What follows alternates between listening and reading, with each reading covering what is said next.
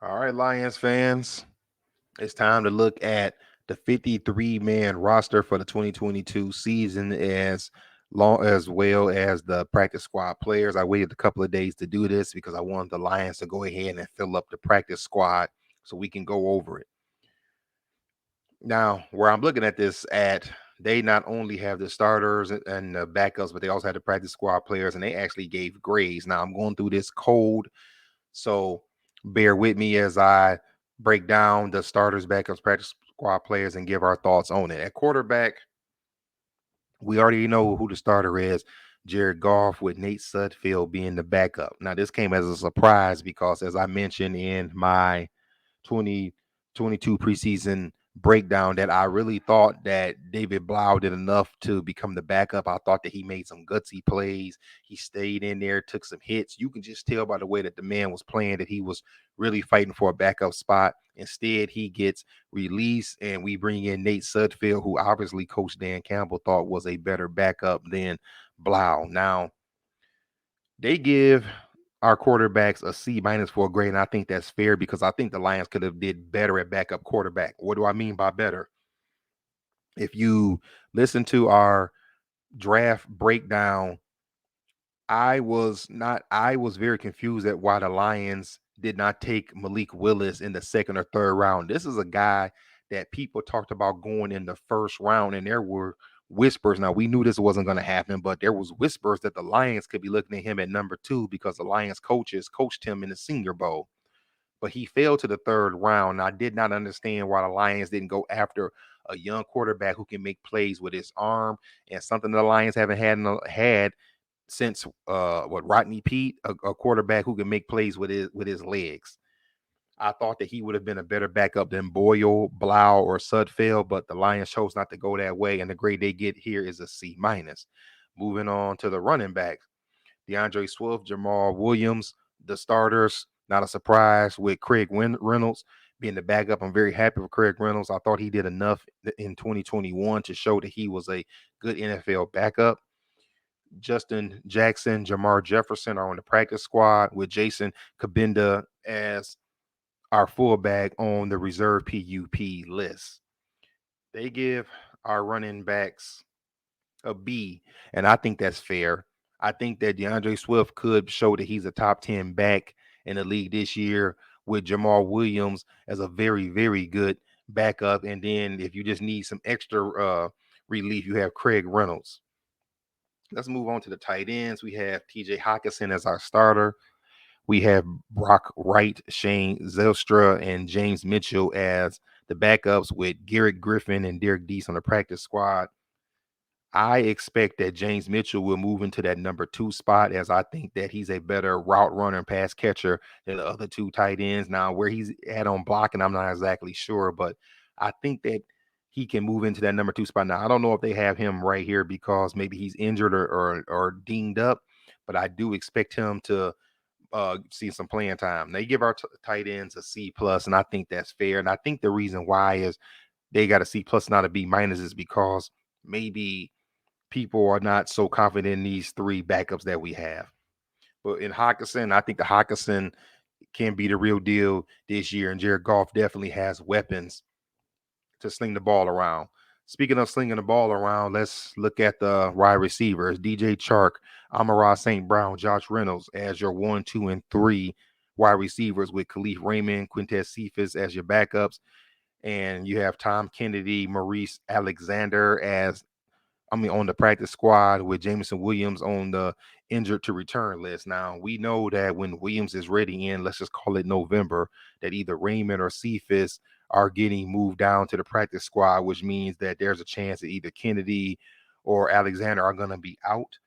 The Lions are going to have, I think, a very solid receiving core when Jameson Williams comes back. And listen, ACLs heal different than they used to. With all of the medical science they have now, guys are bouncing back from ACL tears. Usually that would almost be a career ender, but I expect that Jameson Williams will come back, and let's just hope that he has that speed that he had at Alabama. Now let's see what grade they give. They give our receivers a B plus. I'm kind of shocked with that, but I guess DJ Chark is an upgrade as well as Jameson Williams.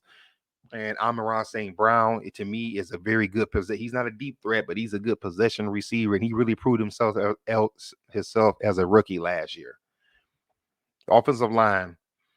Everybody is saying this is a top 5 offensive line. On the left side, you have Decker and Jackson. On the right side, you have Vitae and Sewell. And in the middle, you have Frank Ragnow, in my opinion, the best center in the NFL, with the backups being Matt Nelson, Evan Brown, Tommy Kramer, Logan Stenberg, and you have Dan Skipper and Obini Ezzy on the practice squad. Now, the only surprise here is Ezzy. I know that he was a Hard Knocks darling, but I didn't think that he had what it took to make an NFL team. But I am happy for him that he made a practice squad. He'll make a decent amount of money to learn his craft. And I think the Lions kept him because he really is a work in progress. He's very new, he's very raw, and he has some skills to develop. And maybe after a year or two, he can move from the practice squad up into one of the backup roles.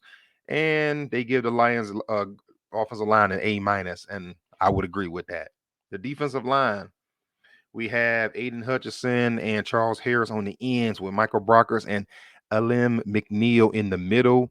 I like McNeil in the middle. I think that he's a good run stuffer. The backups being or Oren Zuricki, Bugs, Isaiah Bugs, Demetrius Taylor, Benito Jones, Julian Okoro, Austin Bryant, John Kaminsky, with James Houston and Bruce Hecker being on the practice squad, and Romeo Okoro along with second round pick Josh Pascal on the reserve PUP list. This is a much upgraded Lions defensive line, but I need to see them in full game day action starting next week against the Philadelphia Eagles to see what they can do. I do like Austin Bryant as a backup. Austin Bryant, I thought played very well in the preseason. And Oren Zuricki, he had a decent 2021 campaign as a rookie, but I know that we will see him on situation, probably on runs when teams are 3rd and 2, and they're going to run. You'll probably see him in there with McNeil to plug that middle. As for Julian Okora, I suppose that they're going to use him as a quick outside linebacker. That's what I was. I'm sorry, not linebacker, but defensive end. And I'm very happy to see James Houston made the practice squad. This was a young man who is all he does is rush the passer. So when he got released, I felt bad for him. But now I see that he made the practice squad, and I just now found that out. So good for him. Let's see what grade they gave our D line. They gave our D line a C plus, and I think that's fair. They have something to prove. So a C plus is a good grade for them. As for the linebackers, we have Alex Anzalone along with Malcolm Rodriguez and Derek Barnes. And I'm assuming that they had a forward slash because these two are going to be splitting time. The backups are Chris Board and Josh Woods, and the practice squad is Jared Davis and Anthony Pittman. Now, I did know a couple of days ago that Jared Davis, they brought him back on the practice squad, and I was very happy. I was hoping that his return to the Lions had a happy ending when he got released. I felt bad for him because I like Jared Davis, but hey, they brought him back on the practice squad. So now you have a leader on the practice squad. He's still going to be in the facility, still working out and practicing with the team. And if need be, he can move right up into one of those backup roles. I still feel that the linebackers are a point of weakness. I still feel that way. I still believe that we are a dog middle linebacker away from this defense being really good. And they gave our linebackers a C minus, which I think is fair because uh they have something to prove. Let's move on to the corners. Amani or Owen, I always mess his last name up. Owen Courier. Sorry about that, y'all. Jeff Okuda and Mike Hughes. I always chop his name up. Him and Ozen Ricky. I always look at their names and get them mixed up. But those are your starters with Will Harris, Bobby Price, Chase Lucas as the backups.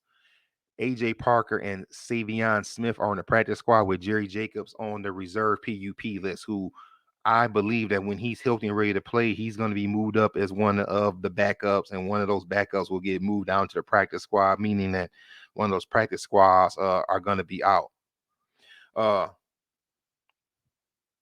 I think that this is another weakness on the defense, as I mentioned in my preseason breakdown. I think that there's a lot to prove here. I think that Amani is a one, maybe a lower half 1/2 corner. Okuda still has something to prove, and Mike Hughes, I'm assuming, is going to play the big nickel along with Will Harris. Let's see what grade they gave our corners. They gave our corners a D plus. I don't disagree with that. I think that they have something to they have something to prove. I think that now I will give Okuda some credit. Okuda did look good in the preseason, especially in that game against the Steelers. He looked a little bit like the guy that came out of Ohio State. He was moving up and stopping the run.